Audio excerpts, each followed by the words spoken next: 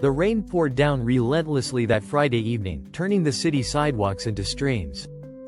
Among the hurried footsteps and splashing tires, no one noticed the small, soaked cardboard box left beside a dumpster in a narrow alleyway. No one, except 16-year-old Leo.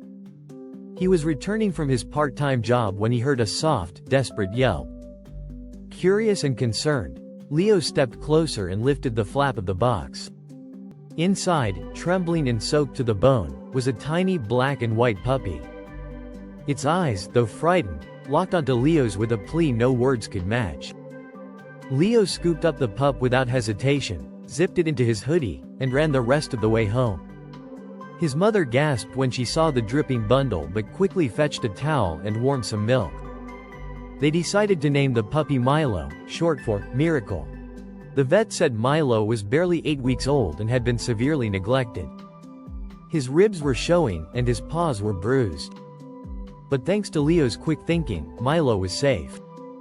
Over the next few weeks, Milo blossomed. He went from a timid, shivering pup to a bundle of tail-wagging joy.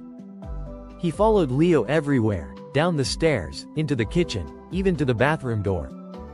At night, he curled up at the foot of Leo's bed, snoring softly like a tiny engine.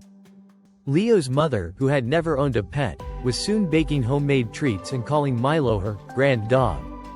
Milo gave the family something they didn't know they were missing: a reason to laugh, to bond, to care. When the shelter called weeks later to ask if Leo had found the owner, Leo's answer was clear. "He's already home," he said with a grin, scratching Milo behind the ears. And just like that, what began as a rescue became a lifelong friendship. Years later, Leo would sit in the same kitchen telling the story of Milo's rescue to his own kids, with Milo, older but just as loyal, resting nearby. The little puppy from the box had become a big part of their world.